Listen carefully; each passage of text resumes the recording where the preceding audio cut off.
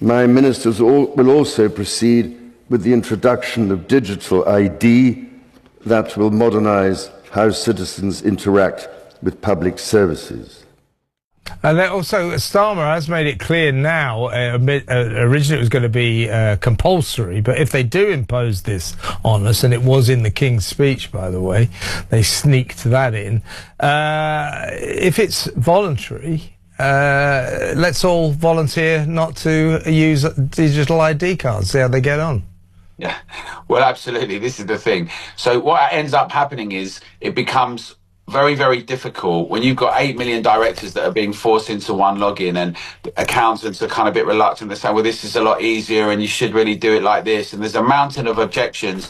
And then we've got the Children Wellbeing Schools Bill that's giving all children a digital unique identifier. And across the board, on and on it goes.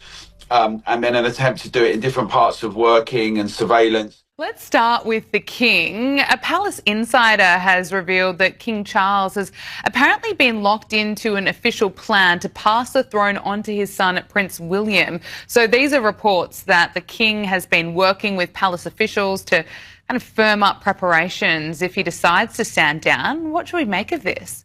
As the use of social media by children continues to stir a debate around the world and a lot of concern, King Charles sent out a timely reminder on the occasion of Christmas. In his annual Christmas message recorded at the Westminster Abbey in London, he suggested that we all could benefit from a digital detox to allow our souls to renew. To this day, in times of uncertainty, these ways of living are treasured by all the great faiths and provide us with deep wells of hope, of resilience in the face of adversity, peace through forgiveness, simply getting to know our neighbours, and by showing respect to one another, creating new friendships. Indeed, as our world seems to spin ever faster, our journeying may pause to quieten our minds. In T.S. Eliot's words, at the still point of the turning world, and allow ourselves to renew. I mean, Dame Karen Bradley is a Tory, a very high Tory, and yet there she is going, well, you know, the only problem with digital IDs is that Keir Starmer's, the way he presented them, the way he promoted the idea was a fiasco, but it's still got great potential. When we don't want these, do we? We don't want digital IDs. What is it about that simple statement that politicians in Westminster don't seem to be able to understand?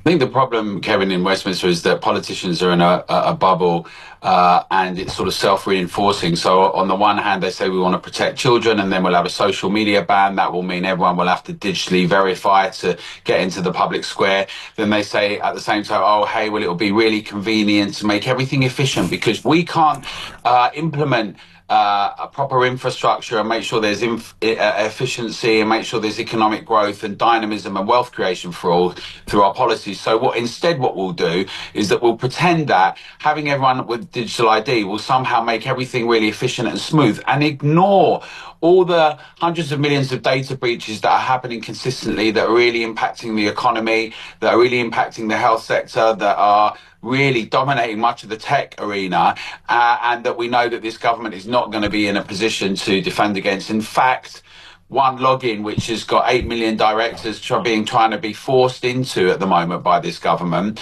has already had whistleblowers about it being susceptible to really lots of breaches. So I think they're in a situation where they think the technocratic stream, we're able to do this simple thing, and then all of a sudden, lo and behold, everything will be much more efficient because they don't have the ideas and the capabilities and the will and the commitment to actually take on board something like let's look at the what the next 100 years could be like for what was the leading nation in the world in engineering, for instance, right? How could we lead the world in wealth creation, productivity, investment in infrastructure, dynamism, becoming a place where all those things happen, dealing with everything from potholes to borders, health and education.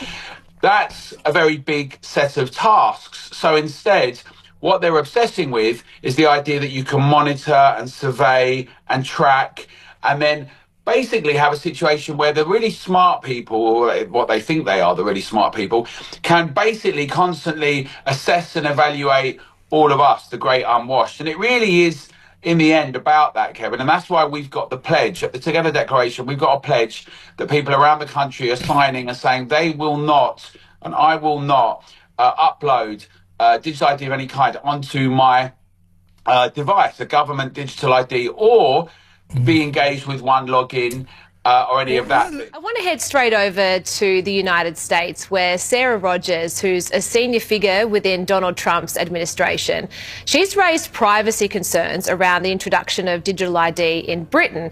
And it was funny because she actually said, especially by a government that prosecutes footballers for tweets, does this scheme pose huge security risks? Well, I think we're yet to discover the technical sort of aspects of it. It certainly wouldn't be helping Britain's image worldwide when it comes to emotional and, I guess, penitentiary risks. They are locking people up. People get locked up all the time in the UK, sometimes for tweets which are seen by maybe two people. And any resistance that the Trump administration is putting up to this is all for the good. And it's something I think we should watch very closely in Australia. This is what Dame Karen Bradley said at the Home Affairs Committee. As I say, she's a Tory. She should be against this. She said it's worth bearing in mind that this was a policy direction that was generally well received by the public before they were spooked by the government's poorly thought out and badly explained plans. Where did she get that from? Well, that it was generally well received. Well, she's got that from some polling, which is always very biased in terms of the questions and the way they're framed, that at some point had some numbers around 53% versus what it went down to at 30%, and then much lower when Keir Starmer announced mandatory digital ID. But you see, what it really demonstrates is, and it illuminates, is that if you ask people or tell them straight what you're planning to do, they'll say no unequivocally. So 3 million people signed a petition, lots of people have campaigned around it across the country. People have said unequivocally no, and they know that this is we've made the point that this is Keir Starmer's albatross, but it's part of Tony Blair's grand plan and vision. And many people in the Labour Party, and of course some Conservatives, as you pointed out, this Home Affairs Committee, and others see it as a potential solution. And they want to now also hitch it onto Keir Starmer and say, just because he was really lacking and incapable and unpopular, but it has merit within it. And I think the thing is, we're making the point that with the Digital Bill of Rights, you've got to have the ability to exist in society without digitally verifying. It's a fundamental principle that we should not have to prove all the time who we are. We don't want to be surveyed and tracked like we had during lockdowns. We don't want to have all the problems that come with that, potentially debanking. And what we end up seeing is similar to things we see in China and India and elsewhere. I mean, they talk about Aadhaar being a good system. There's a whole host of problems with it there. And across the board, not just data breaches, but concerns with privacy. And in the end, this is not what Britain is. It's just not British. And the Home Affairs Committee report determined, I'm going to use their language here, a lack of consultation and poor communication had, and I quote, raised fears of government overreach. Raised fears. People are furious about this. They don't think it's British. They think it will bring about a kind of Soviet-style papers, please society. And it damn well will, Alan. They can talk about kind of bureaucratic efficiency. But what this is going to end up being is you'll be walking down the street, and if a cop pulls you up, it's show me your ID, your papers, please. That isn't British. That's not what British people want.